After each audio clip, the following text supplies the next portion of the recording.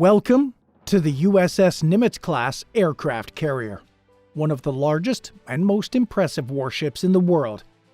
This city at sea towers 20 stories above the water and stretches over 1,000 feet long. But the size of this ship is not the only thing that's awe-inspiring. When the crew is in full swing, it can launch or land a plane every 25 seconds, all in a fraction of the space available on a typical landing strip. The Nimitz-class aircraft carrier is home to over 5,000 personnel, including sailors, officers, and pilots. The crew is supported by a team of 114 cooks who work around the clock to provide the crew with fresh and nutritious meals. Life aboard an aircraft carrier is undoubtedly tough and exhausting. Sailors are responsible for a wide range of tasks, and they often work long hours in challenging conditions.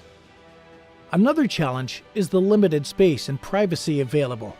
The ship is crowded with personnel and equipment, and sailors may have to share small, cramped living quarters with several other people.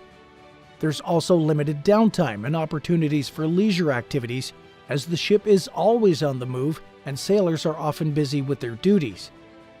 Additionally, sailors on an aircraft carrier may face challenges related to being away from home and their loved ones for extended periods of time. Deployments can last for several months, and sailors may not have regular opportunities to communicate with their families or take leave. But life on this floating city is not all work and no play. The USS Nimitz has a movie theater, a gym, and even a basketball court to help the crew relax and stay in shape during long deployments. It has even more facilities which really make you wonder, and which we're going to take a look at today. A galley that serves meals to 5,000 sailors, a grocery store, recreational areas for relaxation and leisure activities, a gym for physical fitness, a medical clinic for basic medical care. So join us as we take an exclusive look inside the USS Nimitz-class aircraft carrier and discover what it takes to keep this incredible vessel running at peak performance. At its most basic level, an aircraft carrier is simply a ship outfitted with a flight deck, a runway area for launching and landing airplanes. Carriers can move in excess of 35 knots, 40 miles an hour or 64 kilometers an hour, which gives them the ability to get anywhere in the ocean in a few weeks. Comprising nearly 1 billion distinct components, the American Nimitz-class mega aircraft carriers are some of the most intricate machines in existence. However, their core principles are quite straightforward.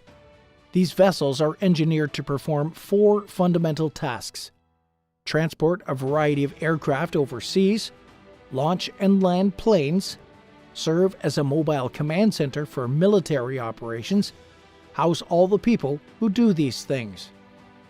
To accomplish these tasks, a carrier needs to combine elements of a ship, an air force base, and a small city, and among other things it needs a flight deck, a flat surface on the top of the ship where aircraft can take off and land, a hangar deck, an area below deck to stow aircraft when not in use, an island, a building on top of the flight deck where officers can direct flight and ship operations, room for the crew to live and work, a power plant and propulsion system to move the boat from point to point and to generate electricity for the entire ship, various other systems to provide food and fresh water and to handle things that any city has to deal with, the hull, the main body of the ship which floats in the water.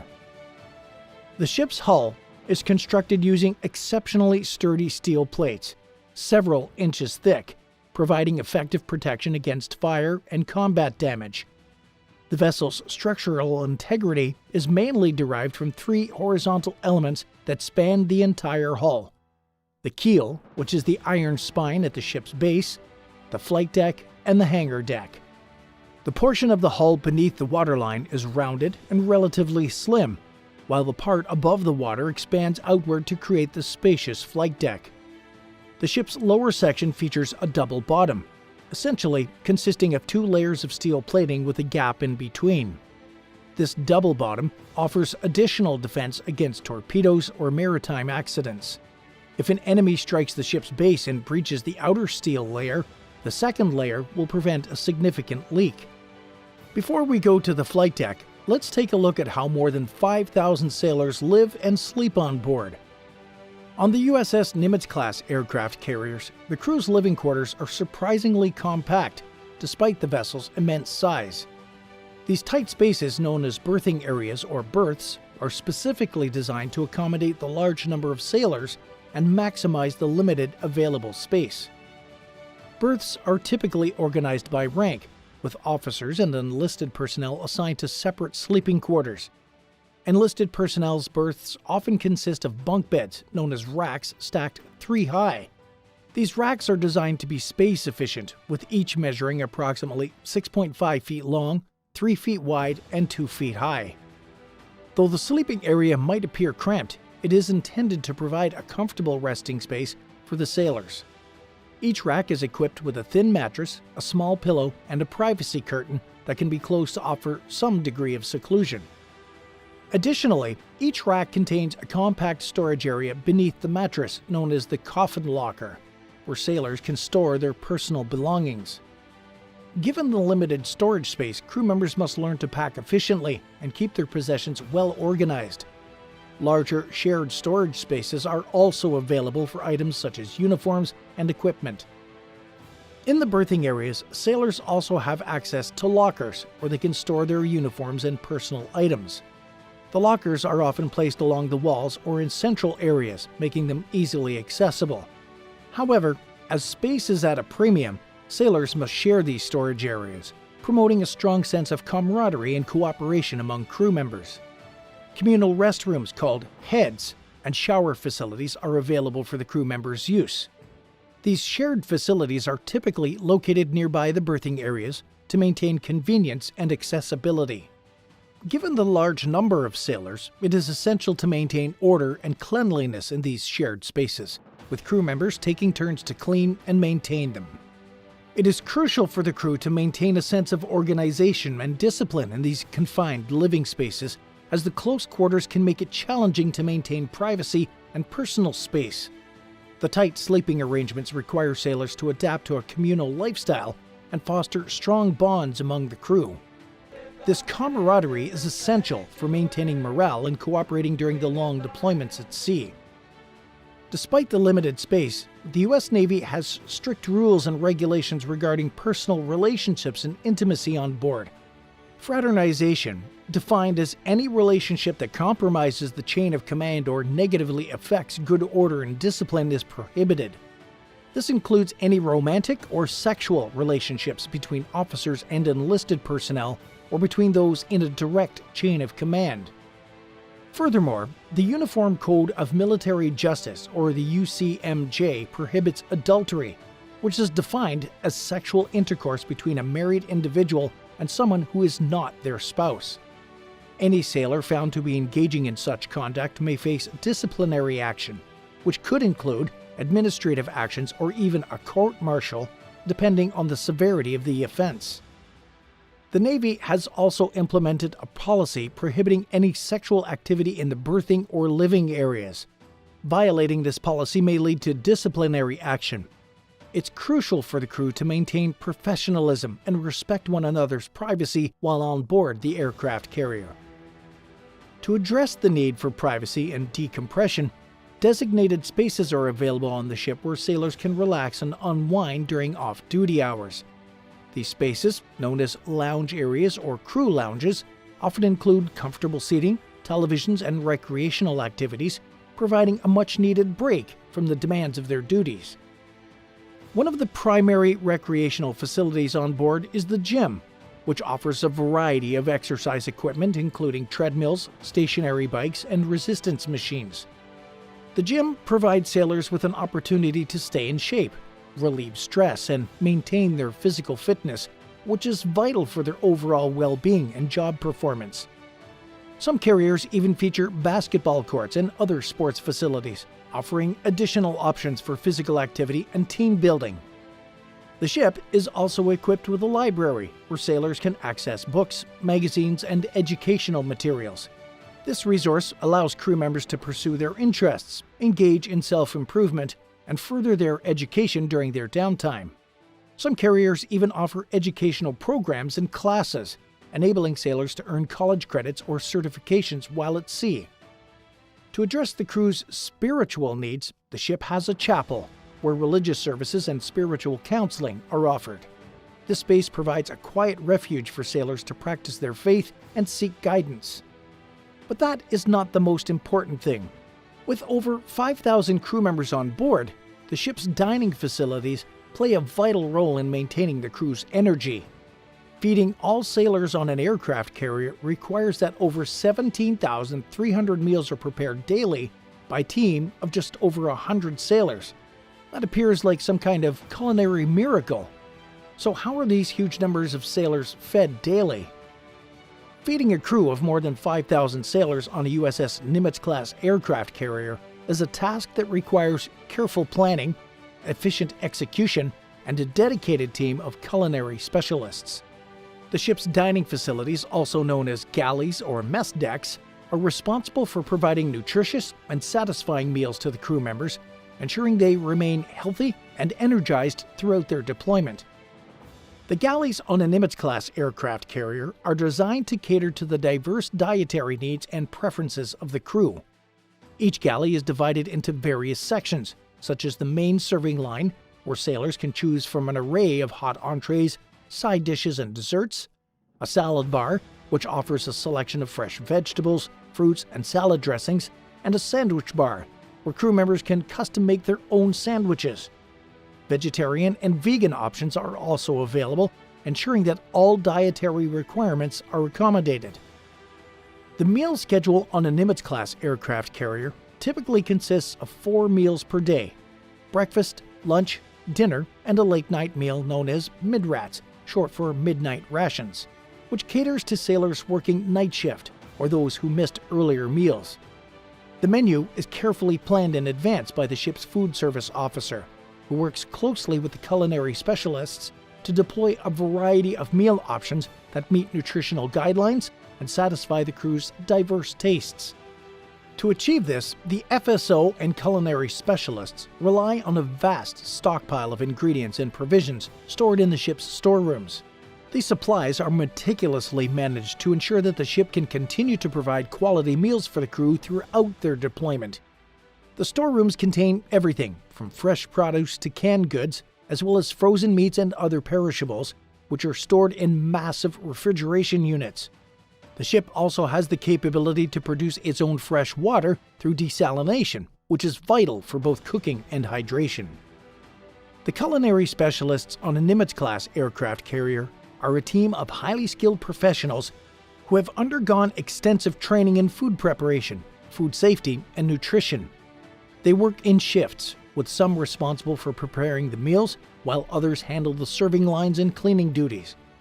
The team is led by the leading culinary specialist, or LCS, and the chief culinary specialist, the CCS, who oversee the daily operations of the galley and ensure that the highest standards of food quality and sanitation are maintained. Between 16,000 and 18,000 meals are produced daily by around 100 culinary specialist staff. These meals range from breakfasts served at 6 a.m. to the midrats. Planning is essential in order to accomplish this goal.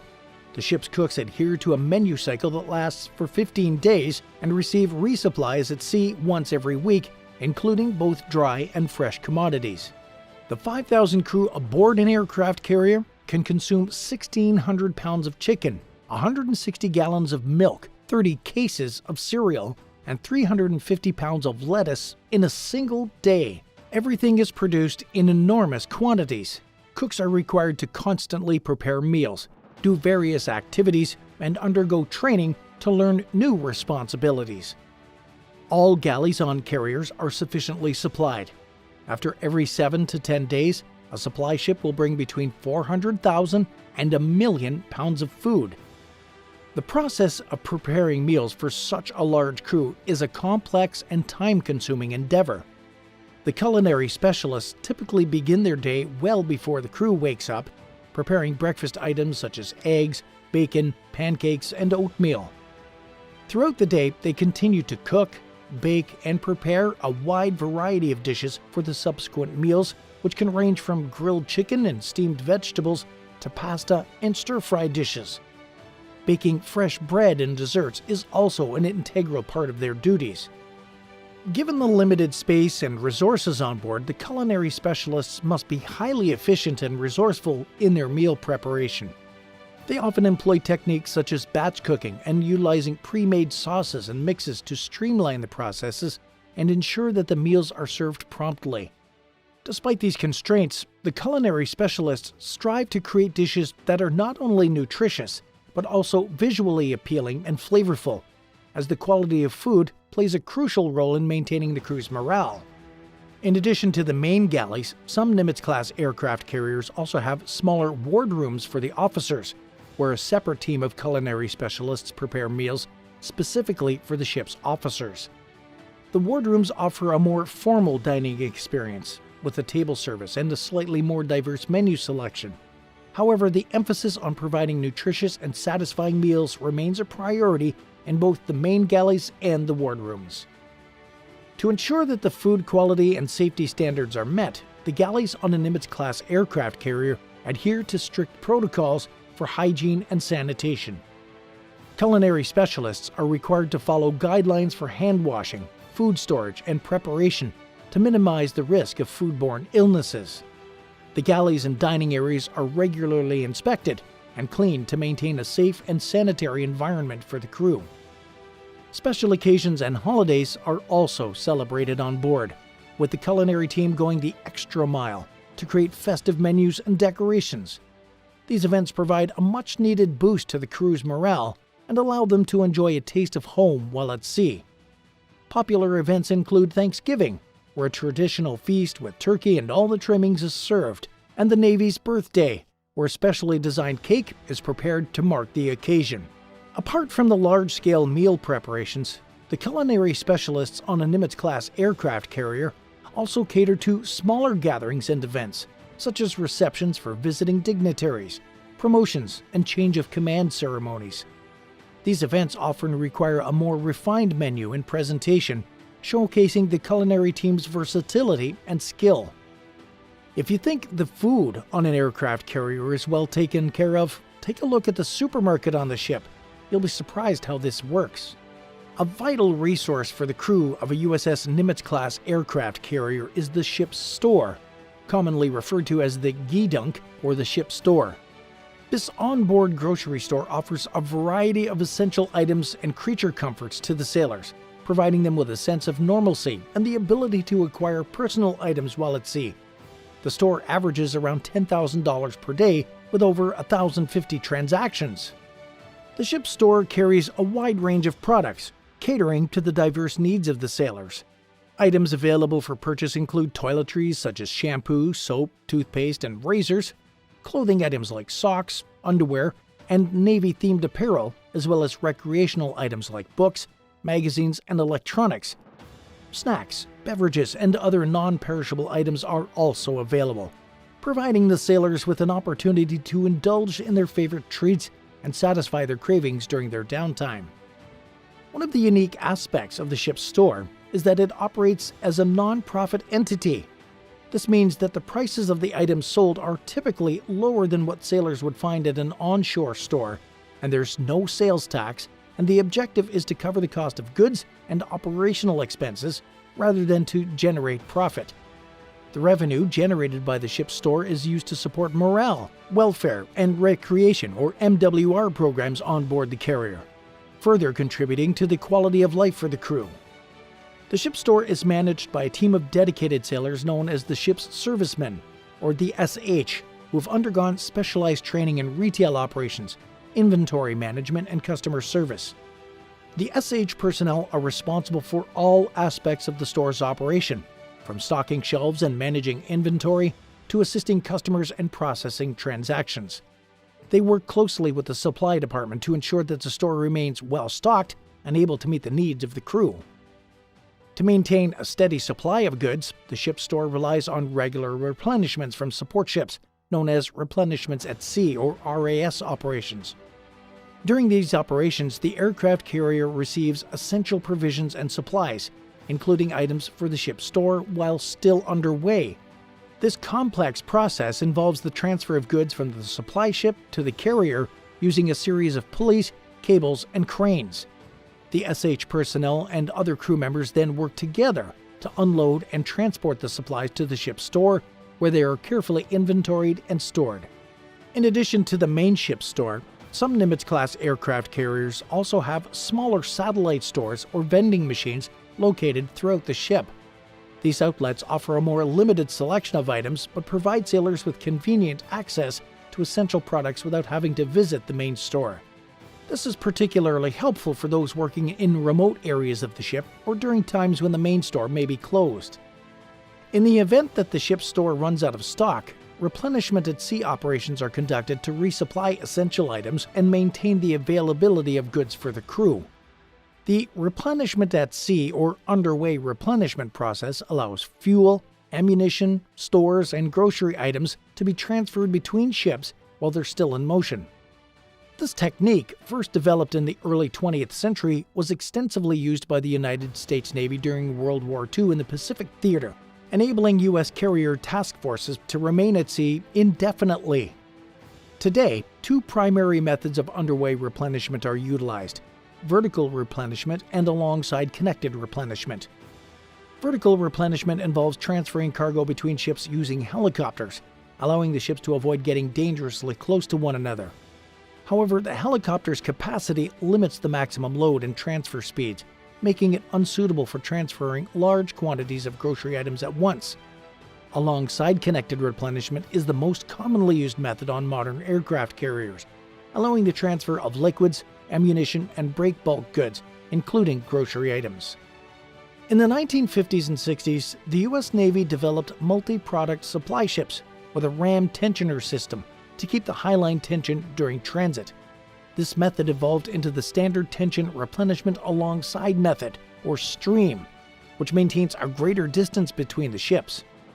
During replenishment, the supply ship maintains a constant direction and speed, with the receiving ship approaching until they are approximately 30 yards apart. The supply ship fires a gun line, pneumatic line thrower, or shot line, which is used to pull over a messenger line and other equipment for the transfer. Larger ships can set up multiple transfer rigs, allowing for quicker transfers or the transfer of various types of supplies. Most resupply ships can handle two receivers simultaneously. While most ships can accept a resupply on either side, U.S. Navy aircraft carriers always receive replenishment on the starboard side due to the island and navigation bridge's location. Performing alongside connected replenishment is dangerous due to the hydrodynamics of two ships traveling near each other, creating a suction between them. Experienced helmsmen and attentive bridge crews are necessary to prevent collisions and ruptures in gasoline transfer lines and hoses. Emergency breakaway procedures are practiced to separate ships in case of emergencies, although this may result in the loss of some goods. After replenishment is completed, it's standard for U.S. Navy ships to separate from the providing vessel while playing a distinctive tune over the supplier's public address system. Supplies are then transferred to the hangar, where they're sorted and distributed to the respective units, ensuring sailors have everything they need at any given time. Do you think we've already discussed all the great facilities? Nope. One of the most popular amenities on board is the ship's Internet Cafe, which allows sailors to access the internet, send emails, and connect with loved ones back home. While the bandwidth is limited and the connection may be slower than what's available on shore, this service is invaluable in helping sailors maintain relationships and stay informed of events in the world beyond their ship. In terms of medical facilities, on a USS Nimitz-class aircraft carrier, the provision of medical care is of utmost importance, given the thousands of crew members living and working in close quarters for extended periods. To address the healthcare needs of the sailors, the ship is equipped with a fully functional medical facility, commonly referred to as the ship's hospital.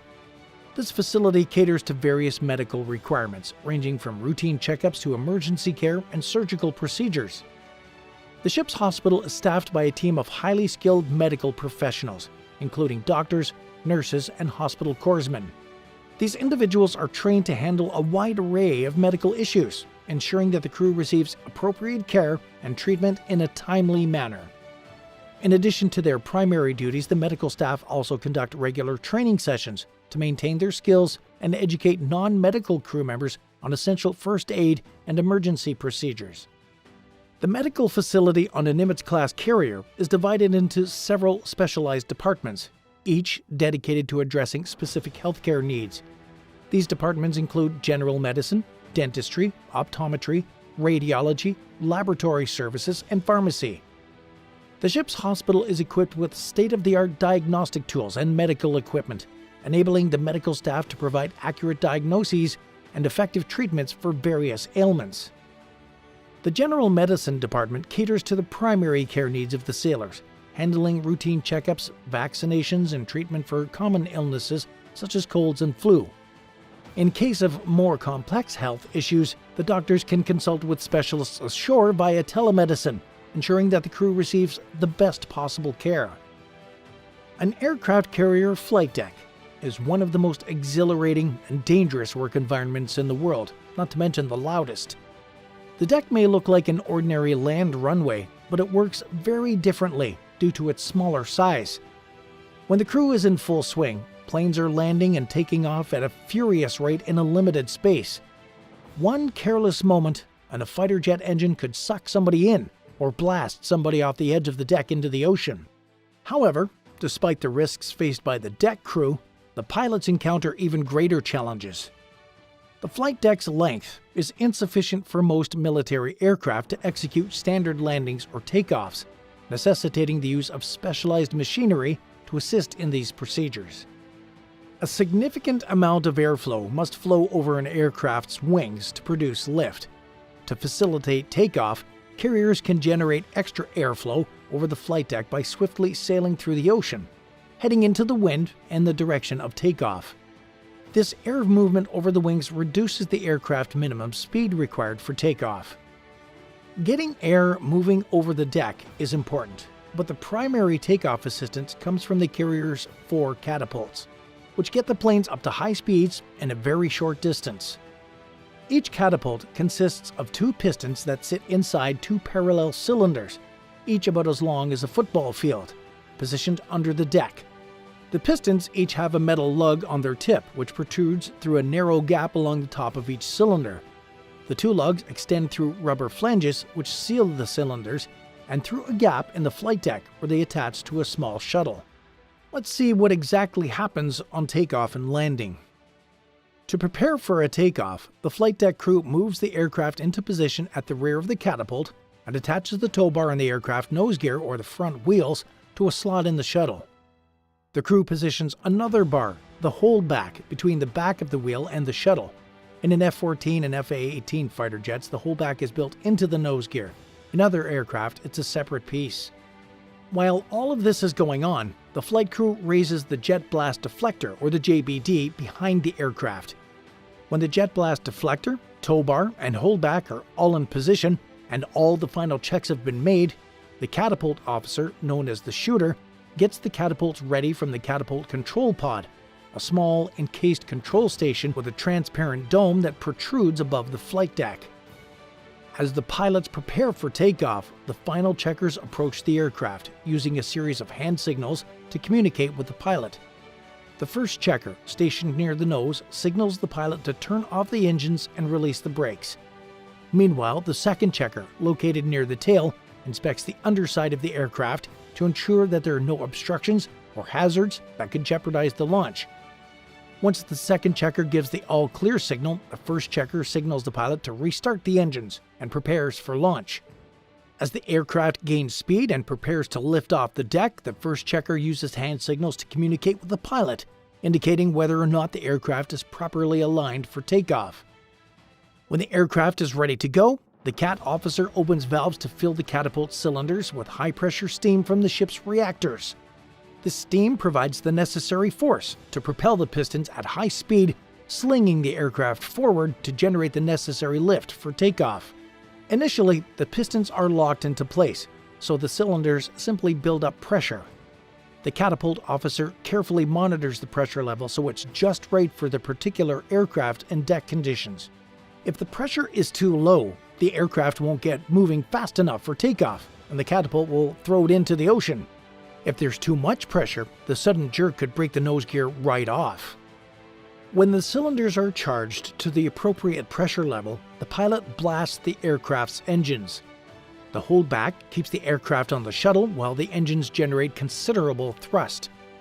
The catapult officer releases the pistons, the force causes the holdbacks to release, and the steam pressure slams the shuttle and aircraft forward. At the end of the catapult, the tow bar pops out of the shuttle, releasing the aircraft. This totally steam-driven system can rocket a 45,000-pound aircraft from 0 to 165 miles per hour in just 2 seconds. If everything goes well, the speeding aircraft has generated enough lift to take off. If not, the pilot activates their ejector seats to escape the aircraft before going hurtling into the ocean ahead of the ship. This hardly ever happens, but the risk is always there. Taking off is extremely difficult, but the real trick is coming back in. Landing on the flight deck is one of the most difficult things a Navy pilot will ever do. The flight deck only has about 500 feet of runway space for landing aircraft, which isn't nearly enough for the heavy high-speed jets on U.S. carriers. To land on the flight deck, each aircraft needs a tail hook, which is exactly what it sounds like, an extended hook attached to the aircraft's tail. The pilot's goal is to snag the tailhook on one of the 4 arresting wires, sturdy cables woven from high tensile steel wire. The arresting wires are stretched across the deck and are attached on both ends to hydraulic cylinders below deck. If the tailhook snags an arresting wire, it pulls the wire out, and the hydraulic cylinder system absorbs the energy to bring the aircraft to a stop. The arresting wire system can stop a 54,000-pound aircraft traveling at 150 miles per hour in only 2 seconds in a 315-foot landing area. There are 4 parallel arresting wires, spaced about 50 feet apart, to expand the target area for the pilot. Pilots are aiming for the 3rd wire, as it's the safest and most effective target. They never shoot for the 1st wire because it's dangerously close to the edge of the deck. If they come in too low on the 1st wire, they could easily crash into the stern of the ship. It's acceptable to snag the 2nd or 4th wire, but for a pilot to move up through the ranks, he or she has to be able to catch the 3rd wire consistently. To pull off this incredible trick, the pilot needs to approach the deck at exactly the right angle. The landing procedure starts when the various returning aircraft stack up in a huge oval flying pattern near the carrier. The Carrier Air Traffic Control Center below deck decides the landing order of the waiting aircraft based on the various fuel levels. An aircraft is about to run out of fuel comes down before the one that can keep flying for a while. When it's time for an aircraft to land, the pilot breaks free of this landing pattern and heads towards the stern of the ship. Landing signals officers, or LSOs, help to guide the aircraft in through radio communications as well as a collection of lights on the deck. If the aircraft is off course, the LSOs can use radio commands or illuminate other lights to correct him or her, or to wave him off or send him around for another attempt. In addition to the LSOs, pilots look to the Fresnel Lens Optical Landing System, commonly referred to as the lens for landing guidance. The lens consists of a series of lights and Fresnel lenses mounted to a gyroscopically stabilized platform. The lens focuses the light onto narrow beams that are directed into the sky at various angles. The pilot will see different lights depending on the aircraft's angle of approach. If the aircraft is right on target, the pilot will see an amber light dubbed the meatball in line with a row of green lights. If the amber light appears above the green lights, the aircraft is coming in too high. If the amber light appears below the green lights, the aircraft is coming in too low. If the aircraft is coming in way too low, the pilot will see red lights. As soon as the aircraft hits the deck, the pilot will push the engines to full power instead of slowing down to bring the aircraft to a stop. This may seem counterintuitive, but if the tailhook doesn't catch any of the arresting wires, the aircraft needs to be moving fast enough to take off again and come around for another pass. The landing runway is tilted at a 14-degree angle to the rest of the ship, so bolters like this can take off from the side of the ship instead of plowing the aircraft into the other end of the deck. As soon as an aircraft lands, it's pulled out of the landing strip and chained down on the side of the flight deck. Inactive aircraft are always tightly secured to keep them from sliding around as the deck rocks back and forth. The flight deck crew has to be prepared for a wide range of unexpected events, including raging aircraft fires. During takeoff or recovery operations, they have plenty of safety equipment at the ready. Among other things, the flight deck has a small fire truck and nozzles leading to water tanks and aqueous film-forming foam and advanced fire extinguishing materials. There are also nozzles for jet fuel and a number of other useful liquids. Flight deck personnel also face the risk of a jet engine blowing them overboard. Safety nets around the side of the flight deck offer some protection, but for extra safety, personnel are also equipped with float coats, self-inflating jackets with flashing distress lights activated by contact with water. Flight deck personnel also wear heavy-duty helmets called cranials, which protect their head and their hearing. The flight deck crew is also responsible for the recovery of aircraft that have completed their missions. This involves catching the aircraft as they land on the deck, using a system of cables and hooks to slow them down and bring them to a stop. This is known as an arrested landing, and it's one of the most challenging maneuvers that a pilot can perform. It requires incredible skill and precision, as the pilot must land the aircraft in just the right spot on the deck and at just the right speed to ensure a safe landing. Once the aircraft is safely on the deck, the flight crew goes to work once again. They'll secure the aircraft to the deck, refuel it, and perform any necessary maintenance or repairs. Then, the process starts all over again, as the crew prepares the aircraft for its next mission. And that's not all. In the middle of the flight deck, on an aircraft carrier, there is the tiniest space that will amaze you. The bubble, where hugely important work is done with the most exciting view. The capability of these ships to take off and land jets in such a small space is incredible. While helmet-clad sailors swarm about the flight deck wearing earplugs to soften the deafening noise, certain officers have a sweet view of all the action while sitting in one of the smallest rooms on an aircraft carrier. This is called the bubble. The Integrated Catapult Control System, also known as the bubble, is a station found on aircraft carriers' flight decks. The Integrated Catapult Control Station, or ICCS, is used on modern aircraft carriers in the United States Navy. The station makes it possible to launch aircraft with enhanced safety and increased efficiency. It serves as the nerve center of the catapult control system, which eradicates the need for several remote stations and intercommunications necessary for each airplane takeoff. Because even a minor mistake or breakdown in communication can result in an accident, the Navy officer who's in the bubble has a significant amount of responsibility. The sailor in the bubble does safety checks before the launch, and once he's within the bubble, he checks the winds, makes sure the path is clear, and keeps an eye on the board that's in front of him.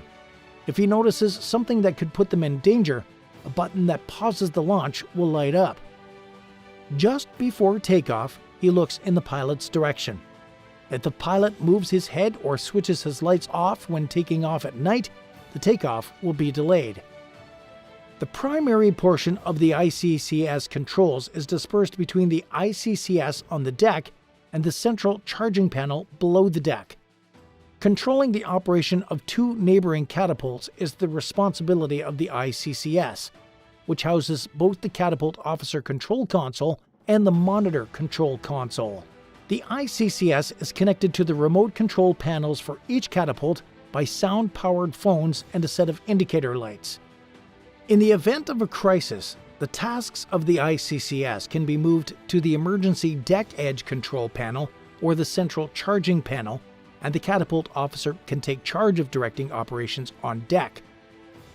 To direct the activities of the catapult officer control console, the monitor control console, and the central charging panel is utilized in conjunction with one another. For convenience in using it, The control console has a wraparound design. On the side of the console that is closer to the commanded catapult, separate control panels for each of the two catapults controlled by the console are positioned. The operating panels contain status lights, light switch units for the different phases of catapult operation, the nose gear launch switch, the manual aircraft data input system readouts and array switches, and the capacity selector valve position console. These components allow the operator to guide the catapult through a normal launching cycle. It's not necessary to use the bubble to launch a catapult. The Nimitz-class carriers are also outfitted with the old remote stations that are used to operate the catapults on older carriers. Therefore, if the bubble is not utilized to launch an aircraft, the process is assisted by these 3 remote stations. Aboard a USS Nimitz-class aircraft carrier, various traditions help foster a sense of camaraderie, boost morale, and provide moments of levity during long deployments. These activities enable sailors to bond and create lasting memories, despite the demanding nature of their jobs. Some of these cherished traditions on the ships include swim call, fishing, and the boot shoot.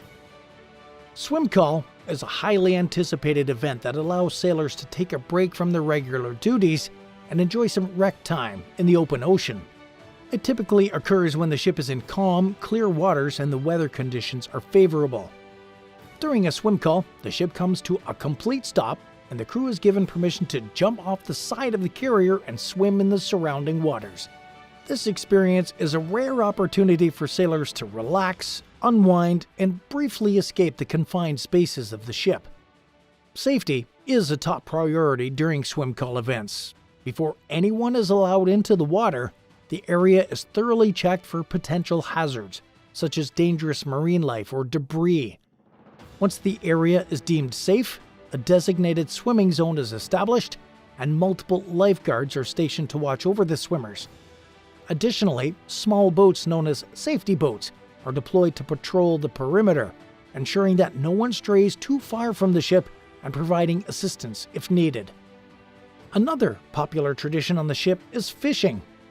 When the carrier is anchored or in a designated fishing area, sailors have the chance to cast their lines and try their luck at catching some fish from the ocean.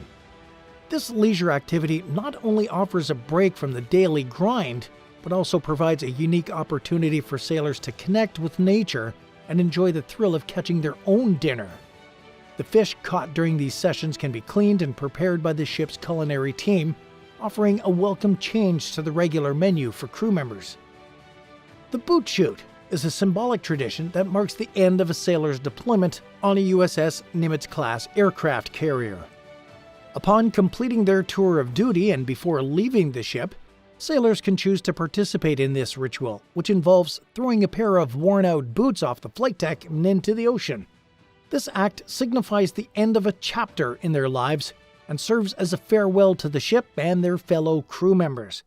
It's a bittersweet moment as the sailors reflect on their time spent on the carrier, their friendships forged, and the challenges they've overcome. These traditions play a crucial role in maintaining a positive atmosphere on a Nimitz-class aircraft carrier, as they offer opportunities for the crew to bond, relax, and create lasting memories. As the sun sets on another day of service, the sailors of the U.S. Navy stand ready to meet whatever challenges come their way. From the flight decks of aircraft carriers to the submarines prowling the depths of the ocean, they serve their country with honor and distinction. Through their hard work and dedication, they protect the freedoms we hold dear and keep our nation safe. We are proud to tell their story and to honor their service. Thank you to the brave men and women of the U.S. Navy. Like this video if you also have a great respect for all crew members of the U.S. Navy. Leave a comment or a blue heart. We're curious about your opinion or experience in the U.S. Navy. Don't forget to subscribe to see more videos about the U.S. Navy. Thanks for watching, and I'll see you in the next video.